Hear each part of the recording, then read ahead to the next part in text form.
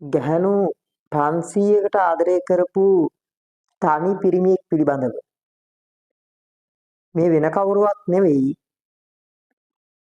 ක්‍රිස්තු පූර්ව 545 දී බලයටපත් වුණ ක්‍රිස්තු පූර්ව 545 දී බලයට පත් වුණ බිම්බිසාර කියන රජු බිම්බිසාර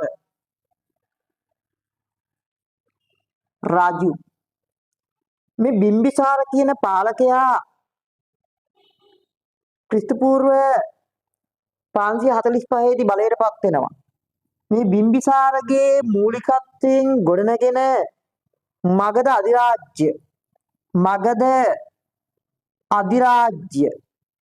අධිරාජ්‍ය ಭಾರತයේ ගොඩනැගුණු විශාලම අධිරාජ්‍යයක් විදිහට හඳුන්වන්න පුළුවන්. බිම්බිසාර රජතුමා මෙලෙස විවාහ සම්බන්ධතා ගොඩනගා ගත්තේ දේශපාලනික වශයෙන් වාසි ලබා ගන්න. මූලාශ්‍රවල කියනවා බිම්බිසාර රජතුමාට මූලාශ්‍රවල තියෙනවා බිම්බිසාර රජතුමාට හිටියලු රූමත් ලඳුන් 500කින් යුක්ත අන්තපුරයක්. රූමත් ලඳුන් 500කින් යුක්ත අන්තපුරයක් බිම්බිසාර රජතුමාට ඉඳලා තියෙනවා.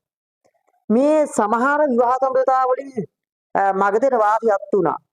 දැන් බිම්බිසාර රජතුමා පසේනදී කොසල් රජුගේ නැගණිය. පසේනදී කොසල් රජුගේ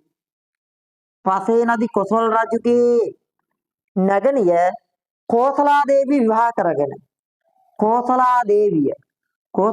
විවාහ කරගෙන ලක්ෂයක ආදායමක් ඇති කාසි ජනපදයේ මගධයට ඇදා ගන්න කටයුතු කරනවා.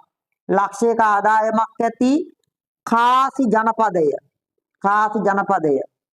මගධයට ඇදා ගත්තා. ඒ වගේම බිම්බිසාර රජතුමා මධ්‍යම පංජාබයේ මදු රජුගේ දියණිය. බිම්බිසාර මධ්‍යම පංජාබයේ මදු රජුගේ දියණිය කේමා විවාහ කරගත්තා. මධ්‍යම පංජාබයේ මදු රජුගේ දියණිය කේමා විවාහ කරගෙන ගාන්ධාර රාජ්‍ය අවනත කරගන්න කටයුතු කළා. ගාන්ධාර රාජ්‍ය අවනත කරගත්තා බිම්බිසාර රජතුමා. ඒ විතරක් නෙවෙයි ලිච්ඡවි පාලකයෙකු වුණු චේතකගේ දියණිය චෙල්ලනා කුමරිය.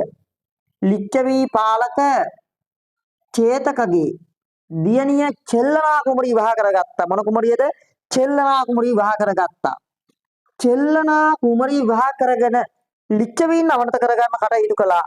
ලිච්ඡවීන් අවනත කරගන්න කටයුතු කරලා තියෙනවා බිම්බිසාර කියන මේ ශ්‍රේෂ්ඨ පාලකයා. ඒ විතරක් නෙවෙයි විදේහේ වාසවී බිසව විවාහ කරගත්තා. විදේහ රාජ්‍යයේ වාසවී කියන බිසව විවාහ කරගෙන විදේහ රාජ්‍ය අවනත කරගන්න කටයුතු කළා. ඒතර බිම්බිසාර රජතුමාට ලඳුන් 500ක් හිටියා. ඒ ඇතම් විවාහ සම්බන්ධතා බිම්බිසාර රජතුමා ගොඩනගා ගත්තේ තමාට දේශපාලනික වාසි ලබා ගන්න. එහෙම දේශපාලනික වාසි ලබාගත් විවාහ සම්බන්ධතා 4ක් තියෙනවා. මම කියන්නම්. එක පසේනදී කොසල් රජුගේ නැගණිය කෝසලා දේවී විවාහ කරගෙන ලක්ෂයක ආදායමක් ඇති කාසි ජනපදය ලබා ගැනීම.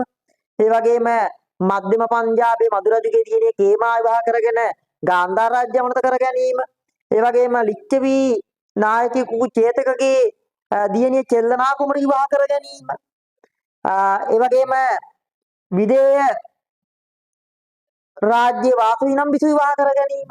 මෙන්න මේවා බිම්බිසාර රජතුමාගේ විවාහ සම්බන්ධතා විදිහට අපිට හඳුනා ගන්න පුළුවන්.